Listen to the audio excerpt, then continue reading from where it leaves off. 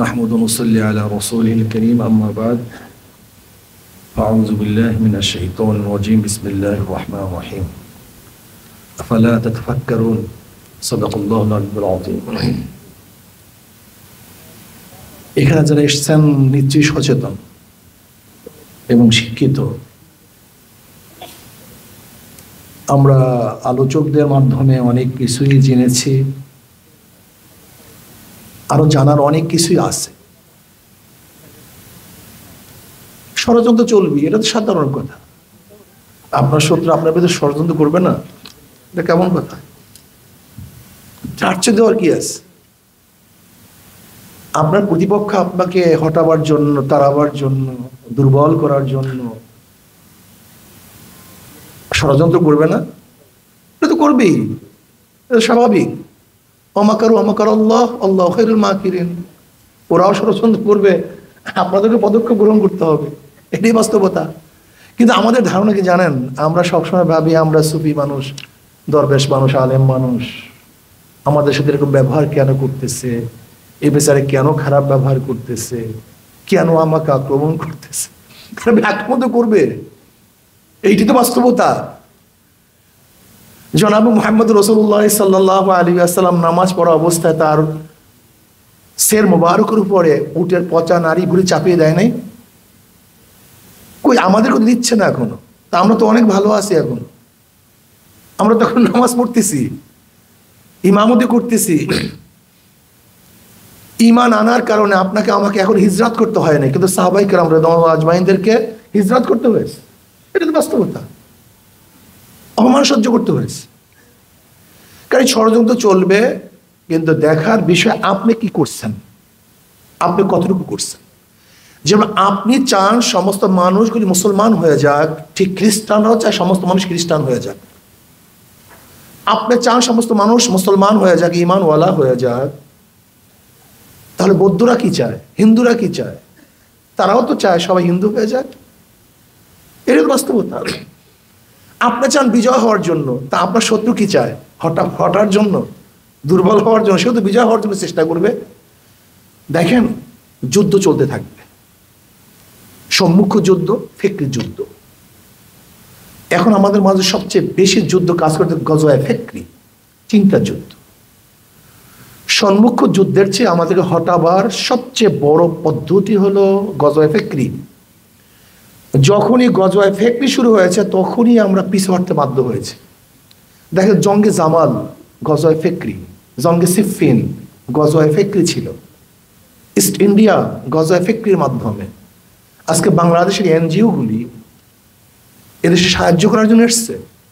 যদি সাহায্য করার জন্য আসে, তাহলে দেখেন বাংলাদেশে যে বড় বড় এনজিওগুলি সবচেয়ে বড় বড় ব্যবসায়ী। ব্র্যাক একটা এনজিও, এখন বড় ব্যবসায়ী প্রতিষ্ঠান।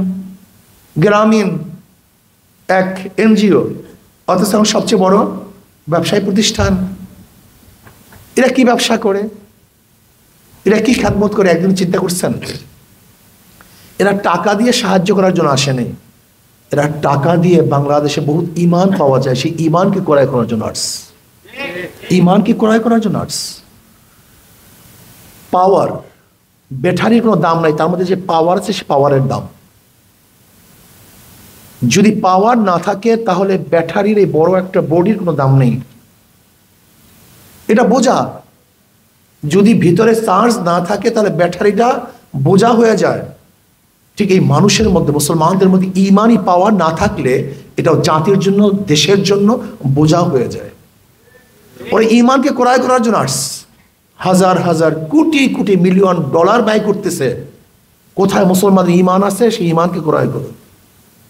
আজকে এনজিওরা বিভিন্ন কৌশলে, বিভিন্ন পদ্ধতিতে তারা সরকারের উপর প্রভাব বিস্তার করে শিক্ষা অঙ্গনে ঢুকছে, অপসংস্কৃতি চালু করছে।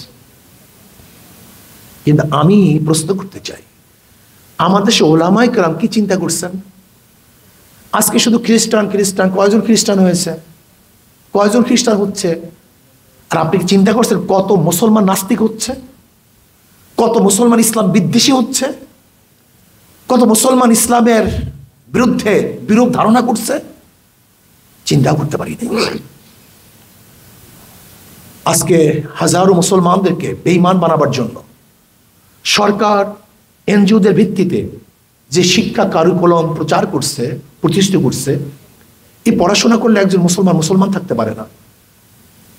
সেখানে প্রেম কিভাবে করবে, কিভাবে হাত ধরবে, কিভাবে চুমু দিবে, প্র্যাকটিক্যাল শিক্ষা দেওয়া হচ্ছে। ড্যান্স কিভাবে দিবে, মাথা কিভাবে নাড়াবে, কোমল কিভাবে ঢুলাবে, গায়ে হলুদের ড্যান্স কোন এলাকার হবে, কোন জায়গার হবে,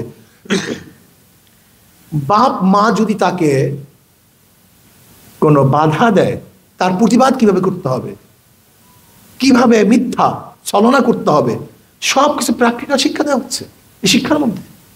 আর একটা জাতিকে পরিবর্তন করার জন্য দুইটা জিনিসের প্রয়োজন, শিক্ষা ও সংস্কৃতি। শিক্ষা ও সংস্কৃতির মাধ্যমে একটা হিন্দু জাতিকে মুসলমান বানানো যায়, একটা মুসলিম জাতিকে হিন্দু বানানো যায়। সেই কাজ তারা শুরু করছে। যাই হোক, এই সম্পর্কে আমরা সবাই জানি। এখন করণীয়টা কি? মেঘ থেকে তুই করিস নে ভয়, আড়ালে তার সূর্য হাসে। ওরা দুশ্মন, আমাদের সাথে দুশ্মনী করবেই। আমাদেরকে কাজ করতে হবে, ইমানকে মজবুত করতে হবে, আমলকে মজবুত করতে হবে। ঐক্য দরকার, খুবই ঐক্য দরকার, ঐক্যের বিকল্প নেই। কিছু ইবাদত আছে যা একা একা করা যায়, কিছু ইবাদত আছে যা স্বল্প সংখ্যক জামাতের মাধ্যমে করা যায়, আর কিছু ইবাদত আছে বৃহত্তম একটা জনগোষ্ঠী ছাড়া জাম দেওয়া সম্ভব না। যেরকম আপনি রোজা রাখবেন, একাই যথেষ্ট। আপনি জামাতে নামাজ পড়বেন, কিছু মানুষই যথেষ্ট। কিন্তু ইসলামের দুশ্মনদেরকে হটিয়ে ইসলামকে বিজয় করবেন না একা সম্ভব, না স্বল্প সংখ্যক গোষ্ঠীর দ্বারা সম্ভব। এইটার জন্য বৃহত্তম একটা গোষ্ঠীর প্রয়োজন। এটা একা দ্বারা সম্ভব না, কোন এক ছোট্ট গোষ্ঠীর দ্বারা সম্ভব না। এর জন্য বাংলাদেশের যতগুলি মুসলমান আছেন, মোমেন আছেন, কোন এক জায়গায় আমরা ঐক্য হতে হবে। কোন এক জায়গায়, যেমন এনজিওদের বিরুদ্ধে আমরা সবাই জবান খুলি, প্রত্যেক মেম্বার থেকে আওয়াজ তুলি, প্রত্যেক বক্তা আওয়াজ তুলি, যে যেখানে যার সাথে কথা বলি, এনজিওর ব্যাপারে সচেতনতা সৃষ্টি করি। এখানে তো আমরা ঐক্য হতে পারি, এই ব্যাপারে তো সবাই এক হতে পারি যে আজকের থেকে আমাদের টার্গেট এনজিওদের অপতৎপরতার বিরুদ্ধে মানুষদের সচেতন করা। এই কাজটা শুরু করি। যারা আহলুস সুন্নাত ওয়াল জামাতের আকীদা আসি, আমলের মধ্যে ডিফারেন্স থাকলেও যারা আহলুস সুন্নাত ওয়াল জামাতের আকীদা আসি, এদের বিরুদ্ধে উলঙ্গ সমালোচনা না করা, এই ব্যাপারে আমরা ঐক্য হই। যদি আমরা প্রত্যেককে হটা দেওয়ার চেষ্টা করি, তাহলে নেতৃত্ব দেবে কে? কাউকে না কাউকে নেতৃত্ব দিতে হবে, তো দেবে কে?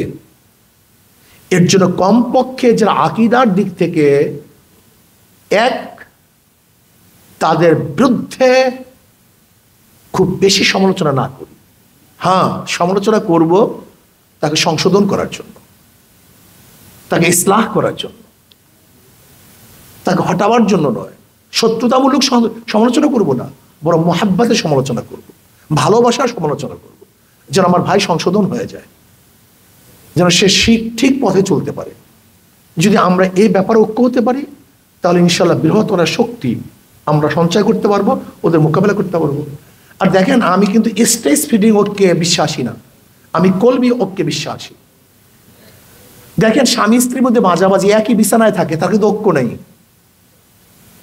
একই বিছানায় কিন্তু ঐক্য নেই।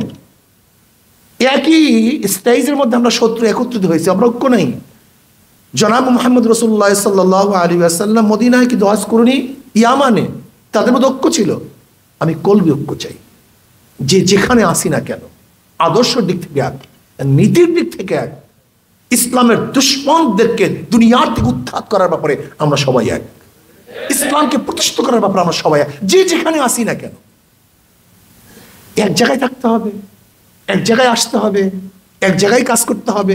সম্ভব না, কঠিন। বরং আমরা প্রত্যেক মেম্বার, বাংলাদেশের যতগুলি মেম্বার আছে, মসজিদের মেম্বার, এনজিওদের ব্যাপারে আমরা সবাই এক। এদের ইসলাম হুকুমত কায়েম করার ব্যাপারে আমরা সবাই এক। ইসলামের দুশ্মনদের বিরুদ্ধে আমরা সবাই এক। বর্তমান সিলেবাসের বিরুদ্ধে কথা বলার ব্যাপারে আমরা সবাই এক। এইগুলি তো ঐক্য হতে পারি, এখানে তো স্টেজের দরকার নেই। আমরা দেখব আজকে খ্রিস্টান রাষ্ট্র কায়েম করা, যে ষড়যন্ত্র চলতেছে এর বিরুদ্ধে আমরা সবাই এক। আজকে আলাদা ভূখণ্ড করার জন্য যে চক্রান্ত চলতেছে এর ব্যাপারে আমরা সবাই এক। এখানে ঐক্য হতে পারি যদি আমরা এইভাবে ঐক্য হয়ে যাই, সচেতন হই, ইনশাআল্লাহ আশা করি যে ষড়যন্ত্র এবং চক্রান্ত চলতেছে আমরা বাস্তবায়ন করতে পারবে না।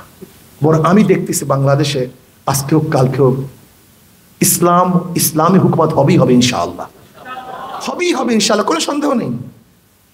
কিন্তু আমাদেরকে সচেতন হতে হবে, ফিকিরের সাথে চিন্তার সাথে কাজ করতে হবে, আবেগের সাথে বিবেকের প্রয়োজন হবে। শুধু আবেগ না, শুধু বিবেক না, আবেগও দরকার, বিবেকও দরকার। এই দুই দেশের সমন্বয় যখন কাজ করব তো ইনশাআল্লাহ আমরা সাকসেস হব। আল্লাহ আমাদের সবাইকে এক ও ন্যাক হয়ে কাজ করার তৌফিক দান করেন। ইনশাআল্লাহ আমরা সবাই কমপক্ষে আপুসের মোহাব্বত করে, আল মুমিনু কারুজুন ওয়াহিদ, ইনশতাকা আইনু ইশতাকা কুল্লু ওয়া ইনশতাকা রাসু ইশতাকা কুল্লু। আল্লাহ আমাদের সবাইকে হাদিসের আমল করার তৌফিক দান করেন। ওয়া মা আলাইনা ইল্লাল বালাগ। আসসালামু আলাইকুম ওয়া রাহমাতুল্লাহি ওয়া বারাকাতুহু।